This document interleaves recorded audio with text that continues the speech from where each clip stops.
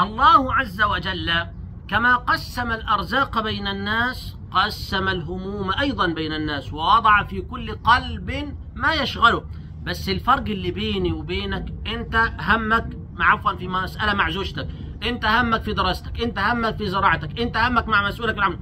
هناك ابتلاءات لا بد أن توزع، والله عز وجل صرح بذلك. ما فيش خداع في المسألة، ما فيش أمور فجأتك وأنت ما كانش عندك علم، لا، العلم وارد إليك من الله عز وجل. إنا خلقنا الإنسان من نطفة أمشاج نبتليه. هيحصل الابتلاء، هيحصل، لأنه اختبار وارد لكل البشرية التي تؤمن بالله عز وجل والتي لم تؤمن. ولكن الفرق بين الإنسان المؤمن أن المؤمن يستمد قوته واستقباله لأقدار الله من إيمانه بالله، ومن يؤمن بالله يهدي قلب عقيدة الرضا بالقضاء. ولذلك الله عز وجل صرح في آيات كثيرة: ولنبلونكم بشيء من الخوف والجوع ونقص من الأموال والأنفس والثمرات. قال بعدها: وبشر الصابرين.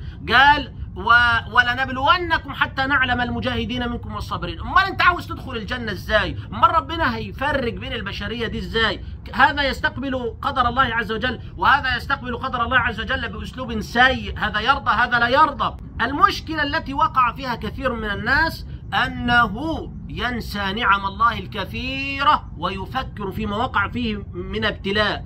فتجده مثلا الله عز وجل معطي نعم، بس سالب منه نعمة الأولاد، إذا أنه عايش عمره وفي كرب عشان نعمة الولد، أو عنده مسألة مرض معين أو ما شابه، إذا أنه عايش طول عمره يفكر في المرض وينسى النعم الثانية.